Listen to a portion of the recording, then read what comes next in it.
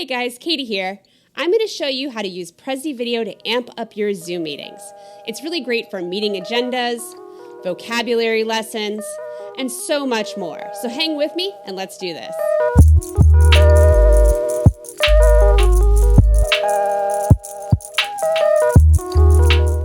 To get started with using Prezi Video with your students in their Zoom meetings or Google Meets, the first thing you need to do is create a Prezi Educator account. If you haven't, make sure you go through the Educator option.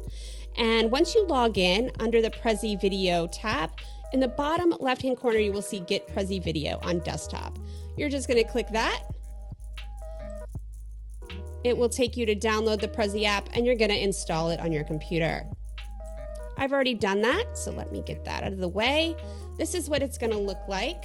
You're going to click Create New Video, and you're going to first choose a template. I like this template. There are lots of cute templates though, so let's use this one.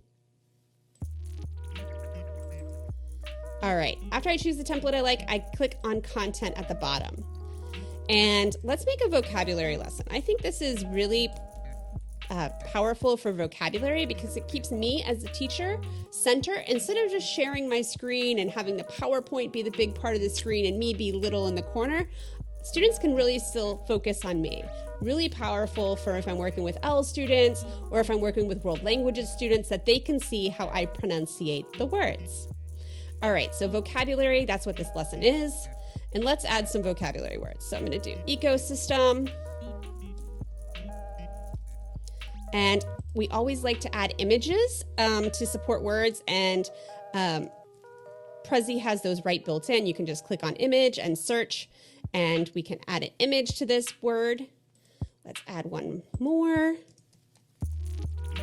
Let's search for symbiosis. And one more word.